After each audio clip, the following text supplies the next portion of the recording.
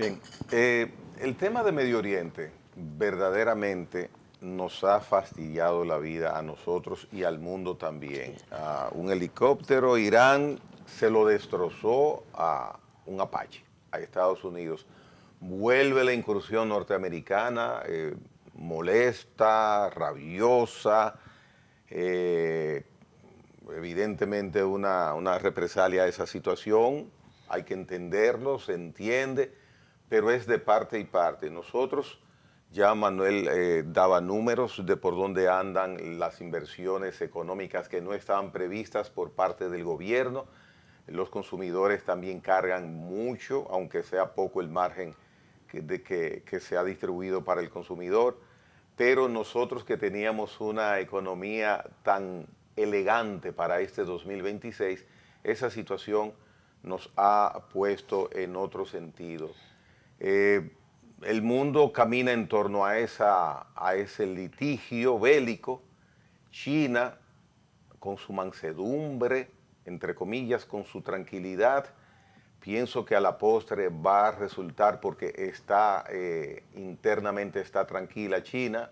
Los residentes chinos tienen que aceptar lo que el gobierno chino, el poder chino le dé o no les dé, y China va a salir en esta carrera beneficiada grandemente a la postre. Estados Unidos tiene una situación muy difícil, y el mundo se está complicando, y qué pena, nosotros estamos bien afectados por esta situación. Pero mira, Gregory, la complicación es mucho mayor que lo que tú estás señalando, porque obviamente ayer hubo ataques de Estados Unidos en represalia por el derribo de un avión, de un helicóptero Apache en el Golfo de Hormuz. Y Trump dijo que eso había que responderlo. Entonces Estados Unidos atacó posiciones iraníes, pero Irán igualmente replicó atacando bases norteamericanas en Kuwait y en otros puntos del Oriente. Y entonces eso como que complica un poco la situación en ambos países, digo, en ambos bandos. Irán ayer estuvo defendiendo el derecho que tiene, dicen ellos, a defenderse. Habló incluso de las bases de Estados Unidos que atacó. Y esto, de alguna manera, yo no sé si Estados Unidos decide dejar este pleito ahí, a donde se quedó. Tú me tumbaste un helicóptero, yo te bombardeé algunos puntos estratégicos que a mí me interesa. Irán entiende de que eso también tenía que responderlo y ataca bases norteamericanas en el Golfo. Entonces no sé si eso se queda ahí. Pero el tema es que este cese al fuego ha sido muy débil. Se ha estado violentando durante el más de mes que tiene vigencia.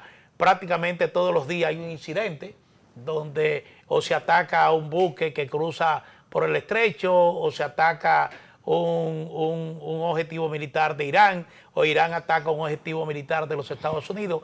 Este jueguito yo no sé hasta dónde va a llegar y en qué momento los controles podrían dispararse en ambas partes y colocarnos de nuevo en un conflicto que impacta a la economía mundial. Pero yo te decía al principio que la situación va más allá. Mire, ayer en el Consejo de Seguridad de Naciones Unidas, Francia, el Reino Unido y Estados Unidos advirtieron que Irán está a punto de tener un arma nuclear.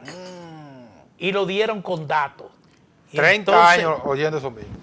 Entonces tú dices, bueno, pero estábamos en un escenario que durante el primer conflicto entre Irán, Israel y Estados Unidos, lo que dijo Estados Unidos es que de esa posibilidad de que Irán pudiese tener la capacidad de construir un armamento nuclear había sido destruida con aquel famoso bombardeo en la montaña de Isfahán. Sí, de Isfahán, que se utilizó un avión de esos que rompen el sonido. Un B-52. Un B-52 que tiene la precisión para lanzar una bomba que penetra debajo de la tierra, llega hasta túneles.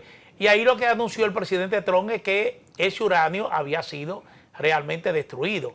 Después conocimos... O que había retrasado mínimo 2 años el programa nuclear de Irán. Sí.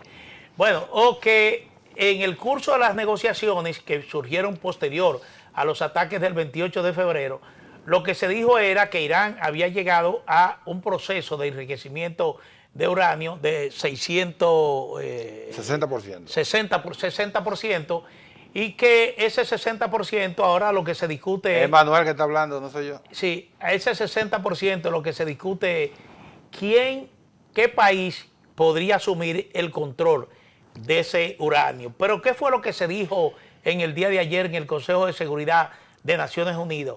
Esto avalado por un informe de la Organización Internacional de Energía Atómica de las Naciones Unidas. Se dice que Irán tiene más de 400 kilos de uranio enriquecido. Y eso, según los expertos, representa 10 veces la cantidad que se necesita, la cantidad significativa que se necesita para producir un arma nuclear. Es decir, dice textualmente, si no tiene un arma nuclear, esto significa que Irán posee más de 10 cantidades significativas de uranio altamente enriquecido, según dijo el representante de la Organización Internacional de Energía Atómica de la ONU. Dice, es la cantidad de material con la que no puede descartarse la posibilidad de fabricar un artefacto nuclear. Eso fue lo que dijeron ayer, no Estados Unidos solamente. Ahí lo sustentó Francia y lo sustentó el Reino Unido, lo que implica que el conflicto podría ir escalando, porque hasta ahora Europa o los principales países europeos se habían mantenido al margen de este conflicto, incluso en una postura que ha incomodado bastante al presidente Donald Trump. Le ha dicho, ustedes me dejaron solo. Son unos cobardes. Sí, le ha dicho cobarde, le ha dicho de todo. Pero el hecho de que Francia y Reino Unido estén ahora asumiendo esa narrativa o esa información que da Naciones Unidas, no la da Estados Unidos, de que Irán está en capacidad de producir un armamento nuclear, en un eventual conflicto que surja nuevamente, uno no puede descartar que países importantes de Europa se vean compelidos a intervenir en el conflicto por dos razones. Primero, Europa tiene sus reservas de petróleo, están en niveles críticos por la situación en el estrecho de Hormuz, y esa sola razón de que la energía está en niveles críticos, su reserva de energía, cuando viene precisamente el frío, lo obligaría de alguna manera a tomar partido en ese conflicto para garantizar el paso del petróleo por ese estrecho, pero además la posibilidad de que Irán, según dice Naciones Unidas, tenga precisamente la capacidad de generar algún artefacto nuclear que ningún país quiere. Lo que hay que erradicar cuando tú caminas por un lugar que vas a llevar a tu niño al médico y hay algo en el camino, tú lo mueves. Estados Unidos que erradique la cúpula militar y política de Irán y that's it. That's it. Ya lo han hecho como 3 veces. Es que es el mundo que Irán tiene ahora patas abajo. Irán, es Irán el problema. ¿A cuál mundo? ¿Quién fue que atacó el 28 de febrero? ¿Fue Irán? Pero ¿a quién y por qué? ¿Por qué no atacó a Colombia? ¿Por qué no atacó a Francia? ¿Por qué no atacó a Perú? ¿Por qué no atacó a nosotros? A Irán con justificada razón. Está bien. Mira lo que Manuel reseña, ¿quién lo dice? No es Trump que lo dice. Que lo diga Naciones Unidas. Mira, la historia está ahí para que uno recurra a ella con cierta frecuencia cuando tiene necesidad de sustentar una posición. Y no lo voy a hacer muy largo porque lo que quiero decir no amerita tanto espacio, pero quiero recordar el caso de las armas de destrucción masiva de Irak, el año 2003, cuando se estaba ambientando la agresión a Irak. Se armó toda la narrativa de las armas de destrucción masiva, armas que después no aparecieron, y que algunos de Europa, de los europeos que creyeron la narrativa y se sumaron a esa coalición, después dijeron que los habían engañado y algunos gobernantes pidieron disculpas a sus países. Verbigracia, España, con Aznar, que aparecía bebiendo té con el presidente Bush, muy orondo, y después pidió disculpas a su país porque lo habían engañado. Hace muchos años de eso. Sí, pero yo por eso digo que la historia está ahí para que se use como referente. Entonces ahora, el director de la Oficina de Energía Atómica de la ONU, que es un argentino, Rafael Grossi, que Irán siempre lo acusó de ser un proxy israelí, pero él tenía, en el momento que Irán permitía la incursión, la inspección de la Oficina de Energía de la ONU, bueno, él participaba y entraba, y los técnicos y verificaban, y todos dijeron que Irán había logrado enriquecer hasta un 60%, que es permitido, porque ese porcentaje solo es para uso médico, que es lo que siempre ha reivindicado Irán como miembro del Tratado de No Proliferación, de que su enriquecimiento es hasta el 60%. Yo nunca le he creído, ¿Y entonces? que conste. ¿Y entonces? Yo nunca le he creído. Ajá, pues, No. Vamos a estar claros, yo nunca pero le he vamos creído. bien entonces. Sí, yo nunca le he creído, pero bueno, eso es lo que ellos dicen. Entonces, si la Oficina de Naciones Unidas para la Energía Atómica entiende que hasta ahí llegaba el enriquecimiento, y los países miembros de esa organización y del Tratado de No Proliferación entendían que cualquier país puede tener el derecho hasta ese 60%. A partir de ese 60%, de 80, 90, que no es tan fácil de conseguir, es que se genera una bomba atómica. Entonces, ahora, ¿dónde está el meollo de que Inglaterra y Francia se estén sumando a esa? Bueno, evidentemente que están por echar para atrás lo que ha sido su comportamiento durante este conflicto. El aliado más importante que ha tenido Estados Unidos en Europa siempre ha sido Reino Unido. En esta oportunidad, Reino Unido se ha negado a participar, como ha hecho Europa, en la incursión, entendiendo que no había ninguna razón para el ataque del 28 de febrero. Lo dicen los europeos. Y por eso no entraron en las operaciones. Ahora, cuando cambian de opinión y están usando la narrativa ya mentirosa, probada hace 23 años en Irak, lo están haciendo es por una razón económica. La Organización de Energía Atómica autorizó que los países, dada la situación que generaba el bloqueo del estrecho de Hormuz, comenzaran a utilizar sus reservas de petróleo, sus reservas de energía. Y eso no es bueno.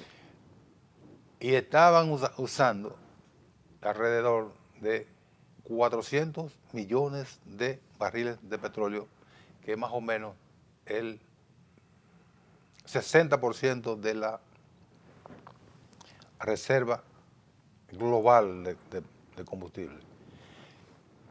Como el estrecho de Hormuz ha estado cerrado durante todo este tiempo, ese uso, que en principio moderado, ha desbordado porque los países no se pueden parar. No hay abastecimiento de esa reserva. Entonces no ha habido reposición a la velocidad que se ha debido llevar la reposición, y los países están con un aljibe, para decirlo en el término del pueblo. Sobre todo que ahora en Europa aumenta el uso de energía por efecto del frío. la calefacción. Un aljibe en el campo. Oigan El eso. aljibe está vacío. Oigan Y ahora eso. están buscando la vía de cómo llenar el aljibe. Y llenar el aljibe es lograr que se desbloquee el estrecho de Hormuz. Entonces, el domingo, Por eso digo, Irán tiene patas abajo al mundo. pero eso es un criterio tuyo, que yo Pero, respeto. y si ellos abren Hormuz, por ejemplo, que no es de ellos, ya se resuelve esa situación. Continúa. El domingo pasado nos enteramos de que se había producido o un derribo o un accidente de un helicóptero en el Golfo de Omán, que es ahí vecinito del estrecho de Hormuz. ¿Qué buscaba ese helicóptero bueno, patrullando el Golfo de Omán como parte de la operación de bloqueo de la salida del estrecho de Hormuz o el Golfo de Omán que lleva a cabo la Marina de los Estados Unidos? El presidente Donald Trump recibe una llamada, o le coge una llamada a un directivo de Wall Street Journal. Y el directivo del periódico le pregunta: presidente, ¿cuál es la situación que ha dado lugar a lo que está ocurriendo ahora mismo, que está poniendo más frágil el acuerdo de cese al fuego? Él dice: bueno, hubo un incidente con un helicóptero Apache. Nuestras fuerzas rápidamente lograron rescatar a los pilotos para que no caigan en manos de los iraníes, y eso está resuelto. Y le pregunta el periodista: ¿pero cuál va a ser la reacción? Dice: bueno, pero es un incidente menor, eso no es para tanto. Hasta ahí llegó el asunto. Cuando el presidente cierra el teléfono con los directivos del Wall Street Journal, vienen los incendiarios de la Casa Blanca y del Departamento de Defensa y enchinchan al presidente, que no necesita mucha cuerda para explotar. Y ahí queda la orden: vamos a atacar a Irán, porque tiene que recibir un mensaje de que Estados Unidos no puede quedarse con ese golpe. Pero él había minimizado, reitero, había minimizado media hora antes el incidente, porque entendía que, bueno, está en medio de una guerra, cualquiera de los bandos puede perder una aeronave. No hubo muertos. No hubo muertos, y trató de minimizarlo. En la mañana, bueno, fue ayer tarde, da la orden y reanudan los ataques selectivos a algunos puntos. Irán reacciona, golpea también algunos puntos que tiene identificados en Kuwait, en Bahrein y otros lugares. Lo cierto es que el acuerdo es frágil. El acuerdo hace agua en cualquier momento. Sin embargo, hemos insistido en que el presidente Donald Trump, a pesar de ese temperamento incendiario y explosivo que tiene, anda buscando toda la vía de cómo no regresar al conflicto de lleno, al conflicto duro que hubo en los primeros 40 días del intercambio, de la guerra. Él está buscando la vía de cómo no regresar al teatro de los acontecimientos, pero la fragilidad de ese cese el fuego es tan evidente que un pequeño incidente, como primero, en principio dijo el presidente que era un pequeño incidente con el helicóptero, es capaz de echar por tierra todo el esfuerzo que las partes han estado haciendo y que muchos mediadores han estado tratando de empujar para que se firme un acuerdo que no acaba de cuajar. No creo, aquí a la distancia, no creo que Francia y que la OTAN vaya a entrar al conflicto. Eso lo pueden descartar, a pesar de lo que dijeran en Naciones Unidas, porque eso no está comprobado, no está documentado, porque reitero que Organización de Energía Atómica ha insistido en que los iraníes no han logrado enriquecer el uranio a la capacidad, al porcentaje que se requiere para desarrollar un arma nuclear. ¿Qué va a pasar en los próximos días? El tema sigue siendo crucial. Las potencias que pudieran ser mediadores de un peso muy conocido no se han querido involucrar de manera directa, China y Rusia. El mediador es un mediador que no tiene peso mundial, porque Pakistán no tiene peso mundial. Es un asunto de buena voluntad de las partes. Sin embargo, hay que reconocerle que han tratado de empujar en la dirección de un acuerdo. No se ha podido lograr, quizá por esa falta de peso global que tiene Pakistán. Y los iraníes quieren sacar la mejor partida de una negociación, que sería cosas que Estados Unidos no va a entrar, que sería resarcirlo, quitarle. Todavía ayer insistía el jefe de las Fuerzas Armadas de que había que reconocerle a Irán derechos de guerra, que había que compensarlo para ellos poder firmar, pero todas esas son posiciones duras para tratar de conseguir la mejor parte.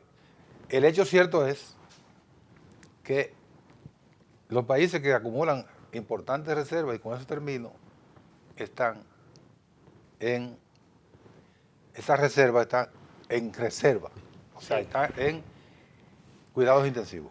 Yo solamente quiero hacer mención de algo que usted señala, que esa narración que hace de ese episodio en la Casa Blanca, me llama la atención el hecho de que ese director de medios, bueno, en Estados Unidos los medios están realmente muy contentos porque tienen un acceso a un presidente que habla todos los días.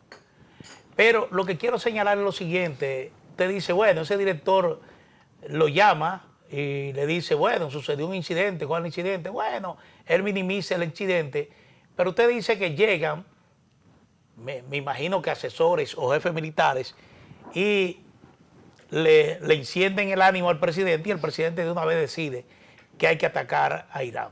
Entonces uno se traslada incluso a películas de donde usted ve el comportamiento de un presidente de los Estados Unidos, que es el que toma la última decisión. Pero no toma una decisión al momento, toma una decisión después de retirarse, a evaluar, a consultar nuevamente con sus asesores, y probablemente, aún que la decisión sea crucial, él se toma su tiempo para decidirla. Y eso es la imagen que uno tiene de un presidente de los Estados Unidos, que es un presidente que se toma su tiempo para tomar decisiones. Reflexivo. Exactamente. Todos conocemos ese ímpetu, ese estilo realmente muy emotivo del presidente Trump. Y nada, eso que usted señala realmente, a mí lo que hace es preocuparme. Miren, hay una designación de un cónsul en Venezuela, Pastor Vázquez, pero el amigo, el ex jefe policial, Marte, Sí. también está designado allá. Entonces, Bueno, depende de dónde. no en Caracas, No, en porque Caracas, cónsul en Caracas. dice que lo de pastores Sí. en Caracas. Mire, yo estuve buscando en el portal de la Presidencia de la República, hay una cosa que dice decreto. Usted le da un clic ahí y ahí te salen todos los decretos que ha emitido el Poder Ejecutivo. Y son similares los dos, ¿verdad? El de Pastor y el de Marte Martínez. Bueno, no sé, al momento que yo lo hice, parece que el de Pastor no ha sido subido. Pero está emitido. Sí. Está emitido. Sí, no, se da el nombre incluso del decreto. Sí, entonces Pero es similar designación. Ahora, y no cuando habla de se dicta un derogación. decreto, se pone abajo que este decreto deroga cualquier disposición Es que anterior. yo lo leí ayer y Hay no que ir- habla de derogación. Hay que ir a, Tampoco. No habla de hay que ir al derogación. otro Bueno, decreto. 2 cónsules no pueden haber, sí. 3. A 3. Yo no recuerdo que hayan derogado el de Félix Reina. Bueno, pero el señor Reina va todos los días a su trabajo, claro que sí. Está asignado en el palacio. Sí, bueno, pero yo pienso que ahí hay una ficha sacrificada. El estilo que primó hasta el 20 es que los decretos decían, excepto los embajadores, que eso no se dice, Sí, está reservado cuando el presidente de la República nombra a un embajador, el decreto que lo nombra no puede decir a quién sustituye. ya, Se da por entendido porque todo el mundo sabe que, digamos, Tony Rapul está de embajador en España. Entonces, si nombran a Manuel Jiménez en España, se cae de la mata que Dios y el palacio te oigan. que fue pero no se dice a quién sustituye. Sí. Qué Al Manuel. otro personal, el otro personal diplomático y consular, siempre se dijo, y también y los ministros, ¿a quién sustituía? El presidente y la consultoría jurídica del Poder Ejecutivo establecieron a partir del año 2020, cuando asume el presidente Luis Abinader, la modalidad de no mencionar a quién sustituye, sino decir que ese decreto deroga el artículo tal de cual decreto. Y si usted tiene presente a quién designó a quién se designó en el artículo 4 del decreto 2048 Claro, exacto. Sí. ¿eh? Miren, señor, Global Data es una empresa que se dedica a hacer mediciones sobre la valoración de los presidentes. Eso lo hace mensualmente. Ayer varios medios informativos publicaron la reseña de que ahí se dijo que el presidente era el mejor valorado, el segundo, el tercero y el cuarto. En cuarto lugar está el presidente de República Dominicana, Luis Abinader. Bueno, se mantiene en cuarto lugar, al igual que ocurrió, me parece que en el mes de abril. En el mes de abril él estaba en cuarto lugar. Pero los periódicos titularon, presidente dominicano entre los mejor valorados de América Latina. Y es verdad, aparece en cuarto lugar. Es decir, después del 1, después del 2 y después del 3, aparece en cuarto lugar. Ahora, ¿qué es lo que yo veo que no se destacó en esa información? Lo que no se destacó en esa información es que en tan solo un mes, el presidente de la República, según esta encuesta, pierde 6 puntos de valoración en un mes. Y eso llama la atención. Estamos hablando de que en la última entrega de ahora, dice Global Data, el presidente de la República tiene una imagen positiva de 54.8% y una valoración negativa de 42.2%, manteniéndose dentro del grupo de los gobernantes, como dije, de mejor evaluación en la región. Aunque, y aquí está el dato, experimenta una disminución. Porque, ¿qué es lo que sucede? En mayo, el presidente de la República tenía 60.2% y baja a 54.8%. Eso es drástico comparado al tiempo previo que se midió. En tan solo un mes. Sí. Sí. En tan solo un mes. Bueno, está dentro del rango meta. Está dentro ¿Tú me puedes explicar tu sonrisa? No, lo del rango meta. Está dentro del rango meta, dice él. No, lo que quiero decir. Lo que quiero decir, oye, déjame tranquilo.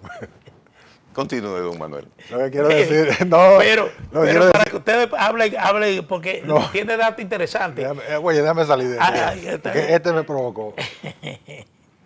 Lo que quise decir es que está dentro de las mediciones nacionales. Las encuestas dominicanas le han dado 51. 51, sí, va 52. O sea que, cónsono, sí. Sí, Entonces, por Pero encima llama de la él, atención esto de que un poco más de 6 puntos Sí. por tan solo un mes. por Eso encima de nuestro presidente, Manuel, ¿tú puedes repetirlo? está, por ejemplo, Nayib Bukele, es el mejor valorado en toda la región. El ranking de aprobación para él es de 69.1%, frente a una desaprobación de 26.7%. bajó también. Él también baja porque tenía anteriormente él tenía una imagen positiva de 67.5%. Subió entonces. Entonces Subió 2 puntos. Subió 2 puntos. Bueno, 2 puntos, sí, 2 puntos.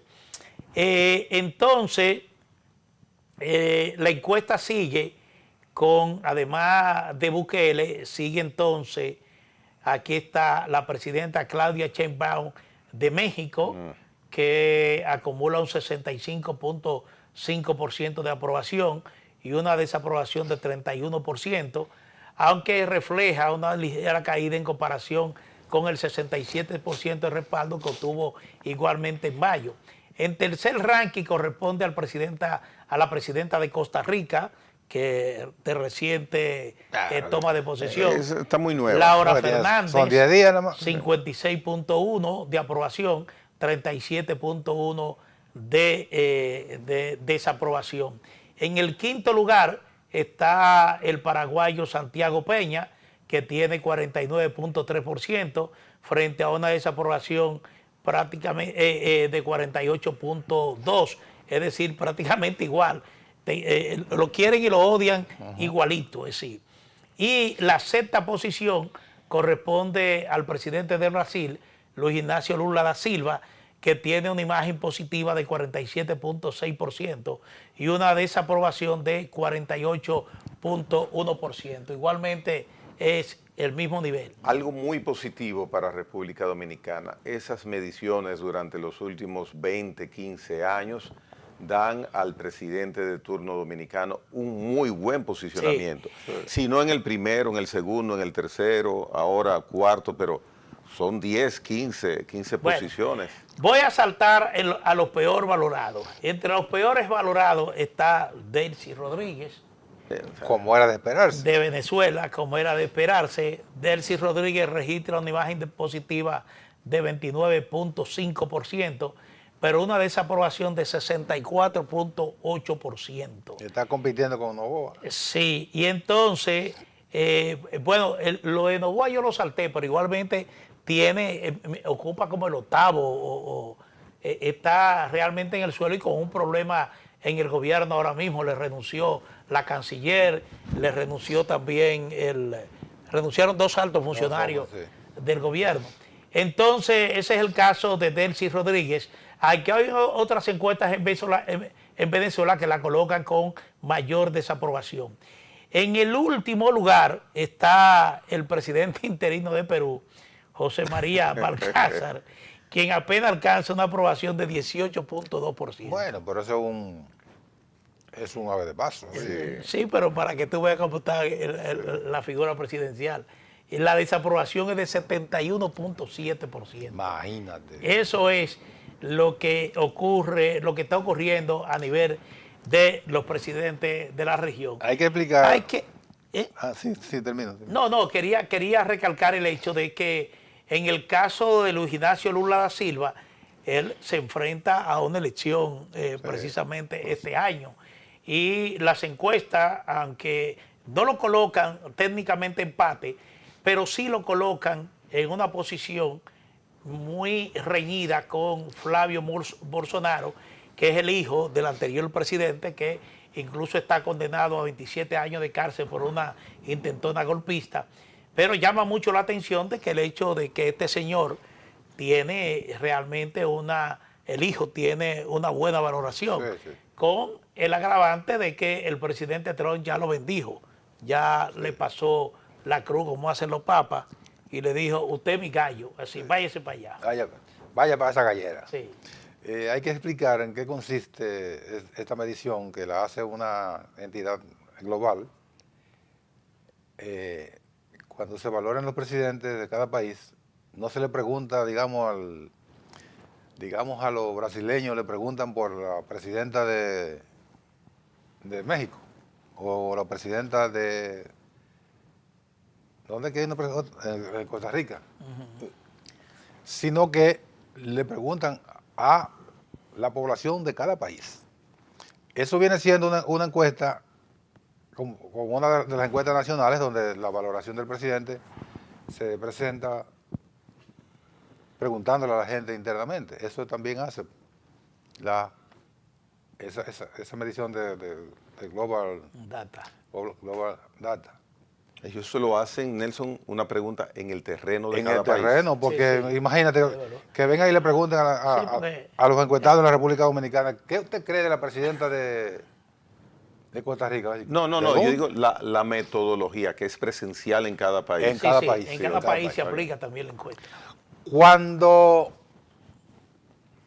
tu imagen corporal, que los amables televidentes no la vieron, pero yo sí la noté, cuando Manuel presenta el posicionamiento de Claudia Sheinbaum, la presidenta de México, tú hiciste un gesto.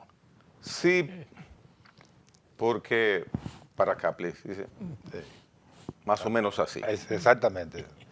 Y yo te voy a explicar, contrario a ese gesto, a qué se debe la valoración interna, que por eso explico que es interna, de Claudia Sheinbaum. Que es muy positiva en ese resultado que Manuel... La segunda mejor valorada. sí, por eso digo muy positiva. 67%. Sí, muy positiva, muy positiva. ¿Qué ocurre? ¿Qué ocurre? Que los mexicanos, a los mexicanos que les preguntaron, se sienten bien con la presidenta, porque ha sido una presidenta que no ha dado escándalo, mantiene una posición de defensa de la soberanía de su país frente a los embates y ese vaivén del vecino, un día la elogia, a propósito del personaje del Chavo y del Chompira y el Chompira y el Botija, que todo el mundo lo recuerda que cuando el Chompira le iba a dar el Botija le iba a dar un tabanón al Chompira, lo peinaba. Lo peina para que tuviera buen mozo. A propósito de México. Entonces el presidente Trump con mucha frecuencia elogia a Claudia Sheinbaum, una mujer muy inteligente, muy preparada. Muy preparada. Yo me imagino que tiene ese criterio porque cuando ellos se comunican lo hacen en inglés porque ella habla bien el inglés.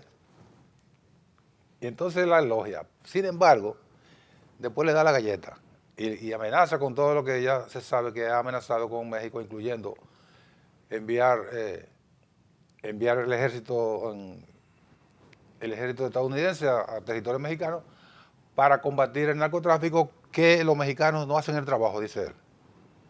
Entonces los mexicanos, que son de los latinoamericanos los ciudadanos más orgullosos de su nacionalidad, aunque nosotros lo somos, sí, pero ellos, mira. Pero ellos son muy orgullosos de su nacionalidad. Un dato al margen que parecería una referencia farandulera. No. Los mexicanos no compran CD pirateado. No, nunca. Nunca compran CDs ni ningún tipo de producto pirateado. Nada. No. Porque ellos entienden que comprar un CD pirateado le quita la oportunidad a sus artistas de recibir una compensación por la venta de discos. Sí. Para que ustedes vean. Sí. Entonces, ella ha sido muy vehemente en la defensa de la soberanía de su país, y en eso los mexicanos la valoran. Un dato político. En México, la oposición no existe. El PRIAN, que es una combinación de la alianza entre el PRI y qué. Y el PAN. Y el PAN. El PRI y el PAN, Partido Revolucionario Institucional. Hasta el nombre se ve feo. Y Partido Acción Nacional. PRIAN. Sí, y Partido Acción Nacional se coaligaron. Llevan varios procesos. Eso de PRIAN lo está utilizando él. Porque PRI y PAN. En México le dicen PRIAN para eso denigrarlo. Eso lo estás utilizando tú ahora. No, para denigrarlo. Sí, para denigrarlo. Le dicen así. Esa oposición ha sido barrida por la Cuarta Transformación. Entonces en México la oposición se tiene que estar valiendo de Donald Trump o de emisarios españoles, de la derecha española, para tratar de confrontar internamente a Morena, que es el partido gobernante. De ahí se explica, además de lo que acabo de decir, de su buen trabajo y todo lo demás, el posicionamiento interno de Claudia Sheinbaum. Bueno, eso es verdad, lo que usted señala es verdad. Ella tiene una gran popularidad que la hereda igualmente de ANLO, Andrés Manuel López Obrador, el anterior presidente que la seleccionó como prácticamente su heredera política. Pero donde yo entiendo que Claudia Sheinbaum se pierde es en el enfoque internacional, básicamente en lo regional. Los mexicanos tradicionalmente han tenido un discurso muy solidario hacia América Latina, eso realmente hay que aplaudirlo. Por ejemplo, México siempre, por ejemplo, no fue parte de esa fuerza interamericana de paz, no recuerdo que tuviera presencia en esa fuerza interamericana de paz que invadió República Dominicana. Ahora, por ejemplo, con la situación de Cuba, ellos han mantenido una actitud muy solidaria, aunque han tenido que someterse a la exigencia de los Estados Unidos y hasta cierto punto plegarse a ese bloqueo que ha ordenado Estados Unidos contra Cuba, porque en principio México comenzó enviando petróleo a Cuba, pero debido a la posición de Estados Unidos tuvo que frenar ese envío a Cuba y decidirse por envío de ayuda humanitaria, alimentos, medicina, otro tipo de ayuda que no es precisamente en energía. Yo recuerdo y me llamó mucho la atención cuando el proceso electoral en Colombia apenas culminaba, el de la primera vuelta, que tanto Cepeda como Petro hablaron de irregularidades, hablaron de fraude. Claudia Sheinbaum, ese mismo día, en la mañanita, que es la rueda de prensa que encabeza todos los días en la mañana, sin tener informaciones concluyentes sobre ese proceso electoral, dijo a la prensa mexicana, no, el resultado es este, pero hay que investigar el fraude. Usted es una jefa de Estado, que usted tiene relaciones diplomáticas formales con Colombia.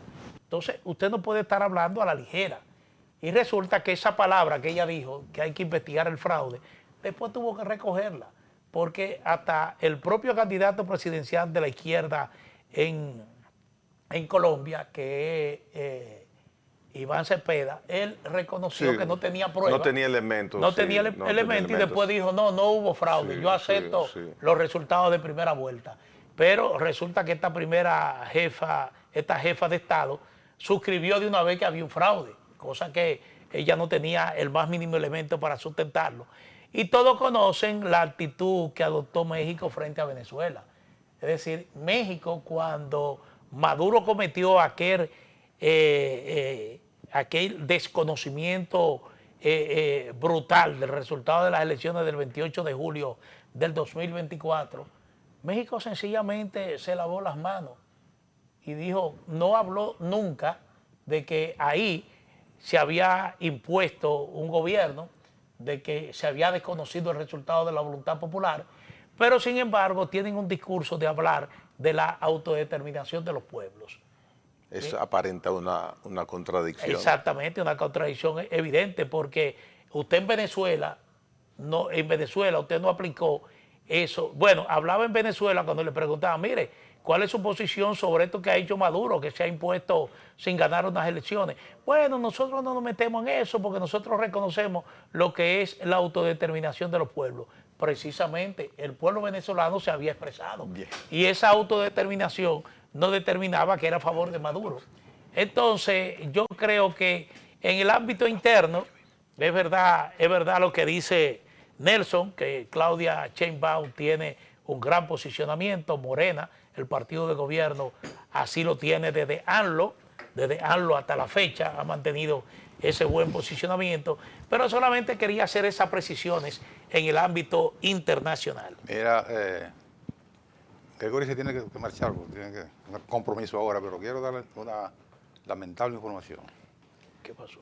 Falleció el querido compañero de trabajo en mucho tiempo en el Nacional y gran amigo, el periodista José Miguel Carrión. Ay, Carrión. Carrión. Ay, hombre. ¿Y qué tenía Carrión? Bueno, estaba vivo. Ay, sí, qué pero pena, yo no sé, pero normalmente eso... Es que venía No, padeciendo de problemas de salud hace un tiempo. Y acabo de recibir ahora la información que me envía el colega Carlos Nina Gómez. Bueno, lo Lamentamos lamento, mucho. lo lamento Un bastante. gran sí. amigo, un gran compañero. Así es. Pasa su alma. Pasa su alma, pasa su alma. Hacemos una breve pausa. Hasta mañana de mi parte.